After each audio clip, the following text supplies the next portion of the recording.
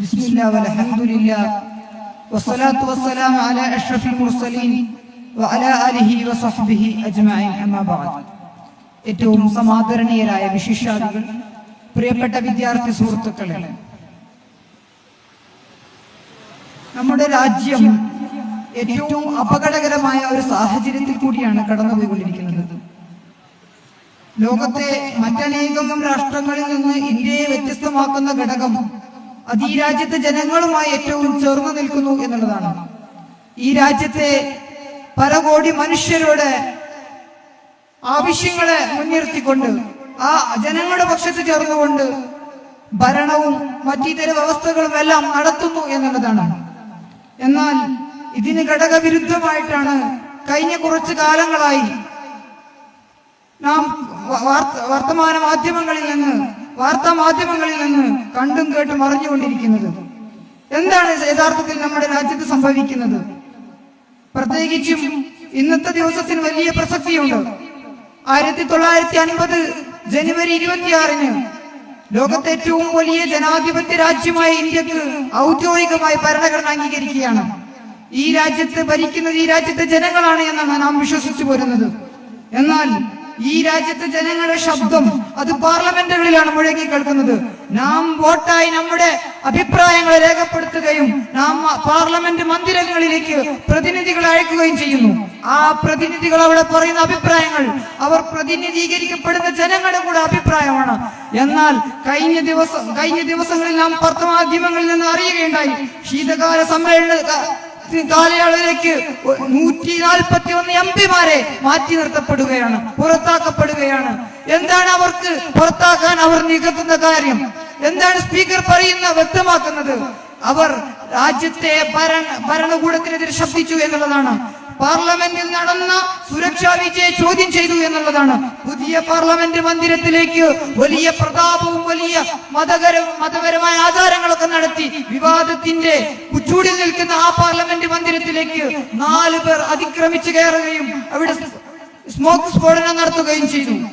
ആ വലിയ സുരക്ഷാ വീഴ്ച കാരണം ഈ രാജ്യത്തെ ഒരുപാട് മനുഷ്യരുടെ ചോദ്യമായിരുന്നു പ്രതിപക്ഷം ചോദിച്ചത്. തങ്ങൾക്ക് വരുന്ന ആക്ഷേപങ്ങളെ, ആരോപണങ്ങളെ അടിച്ചമർത്തപ്പെടുത്തിക്കൊണ്ട് അവർ ഒരു സ്വേച്ഛാധിപത്യ സംവിധാനങ്ങളിലേക്ക് മുന്നോട്ട് പോയിക്കൊണ്ടിരിക്കുകയാണ്. നാം മനസ്സിലാക്കേണ്ടുന്ന ഒരു കാര്യം എന്തെന്ന് വെച്ചാൽ, ഈ രാജ്യത്തെ ജനങ്ങളുടെ ശബ്ദമാണ് പ്രതിപക്ഷവും ഭരണപക്ഷവും. ഈ എതിർ ശബ്ദങ്ങളെ ഇല്ലായ്മ ചെയ്തുകൊണ്ടാണ് കഴിഞ്ഞ കാലങ്ങൾ അത്രയും ഫാഷിസം മുന്നേറ്റം നടത്തിയിട്ടുള്ളത്. അതുപോലെ തന്നെ പാർലമെന്റിൽ പുതിയ വ്യവസ്ഥകൾ കൊണ്ടുവരുന്നു, പുതിയ സിസ്റ്റങ്ങൾ കൊണ്ടുവരുന്നു. ആ സിസ്റ്റങ്ങളിലൂടെ ഇല്ലാതാക്കുന്നത് കഴിഞ്ഞ കുറെ കാലങ്ങളിലായി പാർലമെന്റിന്റെ ചരിത്രത്തെ തന്നെ മാറ്റപ്പെടുത്തുകയാണ്. നിങ്ങൾ ആലോചിച്ചു നോക്കൂ, എല്ലാ മേഖലയിലും കാവ്യവൽക്കരിക്കപ്പെടുന്നതിന്റെ ഭാഗമായി ചിലരുടെ ഹിഡൻ അജണ്ടകൾക്ക് മാത്രമുള്ള ഒരു വേദിയായി പാർലമെന്റ് മാറുകയാണ്. ഈ രാജ്യത്തെ ജനങ്ങളുടെ ശബ്ദമായി എന്നും മുഴങ്ങി കേൾക്കേണ്ട പാർലമെന്റിൽ ഇന്നും വെറുപ്പിന്റെയും വിദ്വേഷത്തിന്റെയും സംസാരങ്ങൾ മാത്രമാണ്. ഒരു വിഭാഗത്തിനെ അനുകൂലിച്ചുകൊണ്ട് മാത്രമാണ് പാർലമെന്റിലെ ഓരോ സംഗതികളും മുന്നോട്ട് പോയിക്കൊണ്ടിരിക്കുന്നത്. അതിലും ഏറ്റവും വലിയ പ്രാധാന്യം അർഹിക്കുന്ന വിഷയം, നമ്മുടെ രാജ്യത്തെ ജനങ്ങൾക്ക് അവരുടെ അഭിപ്രായങ്ങൾ പാർലമെന്റിൽ പ്രതിനിധികളിലൂടെ പുറത്തു വരുമ്പോൾ അവർക്ക് എല്ലാ പ്രയോഗങ്ങളും പ്രയോഗിക്കാൻ പോലും സാധിക്കുന്നില്ല എന്നുള്ളതാണ്.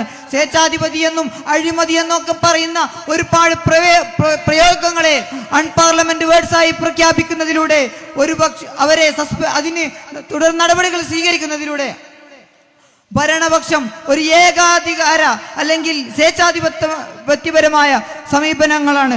അത് കഴിഞ്ഞ കുറെ കാലങ്ങൾക്കായി രാജ്യത്തിന് പരിചയമുണ്ട്. കാരണം ഇറ്റലിയിലും ജർമ്മനിയിലൊക്കെ നാം അത് കണ്ടിട്ടുണ്ട്. ഹിറ്റ്ലറിലൂടെയും മുസോളിനിയിലൂടെയും നാം അത് അനുഭവിച്ചിട്ടുണ്ട്. എന്തായിരുന്നു അവർ ആദ്യകാലങ്ങളിൽ ചെയ്തുകൊണ്ടിരുന്നത്? അവർ തങ്ങൾക്കെതിരെ സംസാരിക്കുന്ന ശബ്ദങ്ങളെ ഇല്ലായ്മ ചെയ്യുകയായിരുന്നു. തങ്ങൾക്കെതിരെ ഒച്ചവെക്കുന്ന സമാധാനവാദികളെ അടിച്ചമർത്തുകയായിരുന്നു. ഇതേ രീതിയിലാണ് നമ്മുടെ പാർലമെന്റ് സംവിധാനങ്ങൾ പോയിക്കൊണ്ടിരിക്കുന്നത്. നമ്മുടെ ഭരണഘടന മുന്നോട്ട് വെക്കുന്ന ആശയം ജനാധിപത്യമാണ്, മതീതരത്വമാണ്. അതിനെ ഘടകവിരുദ്ധമായി പോകുന്ന ഇത്തരത്തിലുള്ള സമീപനങ്ങളെ ചോദ്യം ചെയ്യേണ്ടിയിരിക്കുന്നു. അതിന് ശക്തമായ ആശയ പ്രചരണങ്ങൾ ആവശ്യമാണ്.